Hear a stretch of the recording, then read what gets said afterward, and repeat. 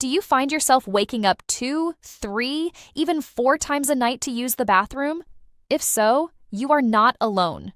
For millions of people, this constant disruption isn't just an annoyance. It steals precious sleep and leaves you feeling exhausted the next day. But what if I told you that the problem isn't always your bladder itself? What if the real culprits are actually hiding in your legs and a tiny, often misunderstood muscle deep in your pelvis? Today, I'm going to share 5 unique, gentle exercises that target these exact root causes. This isn't about medication or complicated gadgets. It's a simple, science-backed routine you can do in the comfort of your own home, primarily before bed, to help you sleep through the night. We'll tackle 2 main issues. First, the fluid that pools in your legs during the day.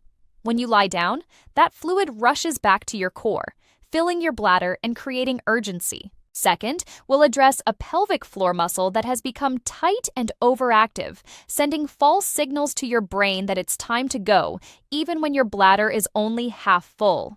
By the end of this routine, you'll be actively draining fluid from your legs and retraining your pelvic floor to relax, paving the way for deeper, more restorative sleep. Let's get started. And don't worry, we'll do this together, step by step. The warm-up flush. Our first exercise is actually number 5 on the list, and it's the perfect warm-up to open the fluid highways. It's called the inner thigh massage.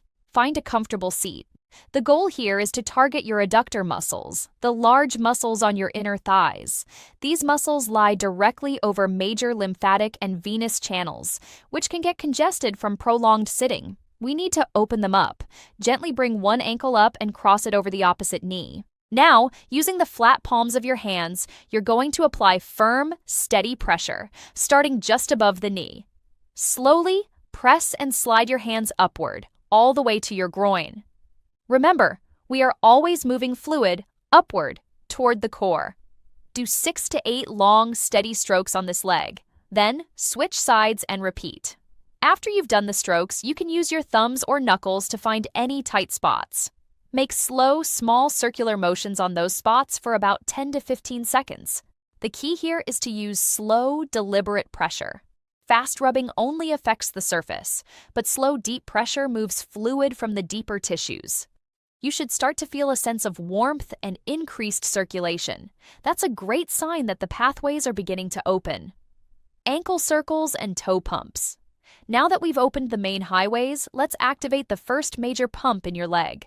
The foot pump. This is often overlooked, but it's crucial for pushing blood and fluid upward. Stay seated with your back supported. Lift one foot off the floor and begin making slow, wide circles with your ankle. We'll do 5 circles clockwise and then 5 counterclockwise. Don't rush this. You want wide, deliberate movements, not small, fast flicks. Slow circles are what help open the valves in the veins to move fluid effectively. Switch to the other foot and repeat. After the circles, we'll do the toe pumps. With your leg lifted, point your toes away from you, like you're pressing a gas pedal, and then flex them back toward your shin. Do this 15 times, holding each position for just 1 second.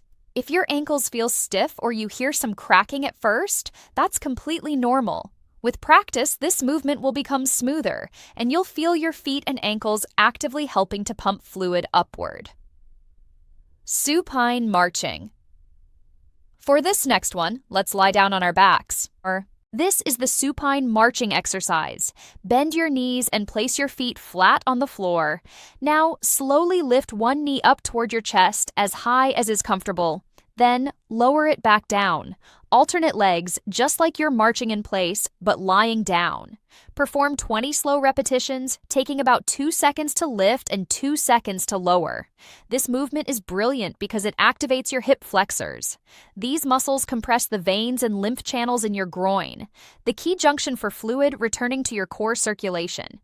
It also lightly engages your calf muscles for stabilization.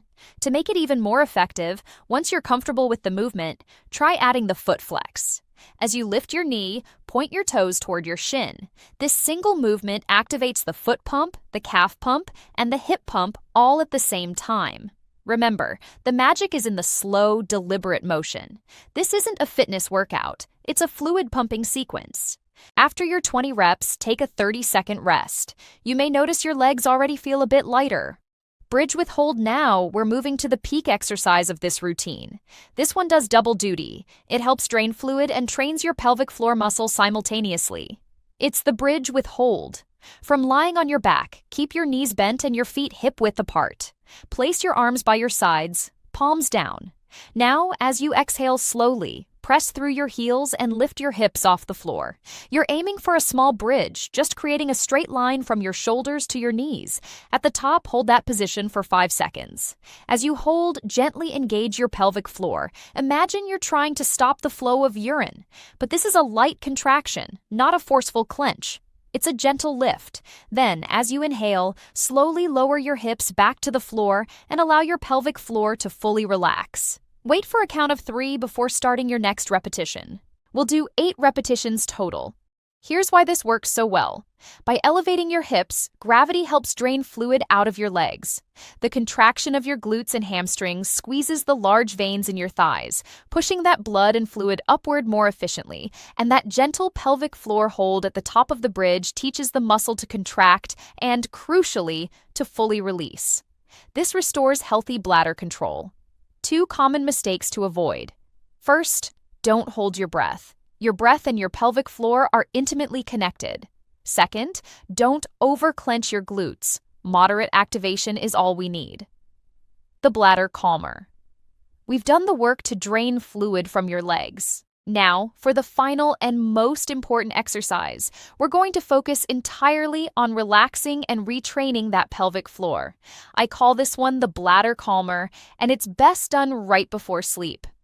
Lie on your back with your knees bent. Place one hand on your chest and the other on your belly just below your navel.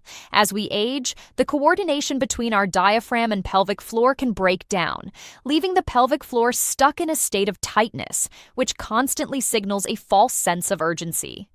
We're going to restore that natural rhythm. Inhale slowly through your nose for a count of 4. As you do, your belly should rise and your chest should remain still. Consciously, I want you to let your pelvic floor drop or soften, like an elevator gently descending to the ground floor. On the exhale, purse your lips and breathe out slowly for a count of 6. Your belly will fall, and your pelvic floor will naturally lift, like the elevator rising back up. We will repeat this for 8 cycles. The movement of the pelvic floor should be gentle and natural. You're not trying to force or clench anything. This is about letting go. For many people, this is the first time they truly feel their pelvic floor relax. Routine timing and lifestyle tips. So let's put this all together into a simple, actionable routine. Start about 90 minutes before you plan to go to sleep. Begin with the inner thigh massage to open the pathways, then do your ankle circles and toe pumps to activate the foot pump. Follow that with the supine marching and then the bridge with hold. This entire sequence should take you about 7 to 8 minutes. Now here's a critical step. After you've done these exercises, give your kidneys time to process the fluid you've just drained from your legs. So go about your evening for the next 60 to 90 minutes. Then, right before you get into bed, go to the bathroom. When you do, sit down on the toilet. This position helps relax your pelvic floor and practice the double voiding technique. Go once, then wait for 20 to 30 seconds, lean slightly forward and try again to ensure your bladder is as empty as possible. Finally, get into bed and do your 8 cycles of the bladder calmer breathing exercise. This will set your pelvic floor into a state of deep relaxation as you drift off to sleep. And don't forget the lifestyle factors. If you take blood pressure or diuretic medication in the evening, ask your doctor if switching to a morning dose is right for you. Also, be mindful of your sodium intake at dinner. A high salt meal can cause water retention, leading your kidneys to process it while you sleep.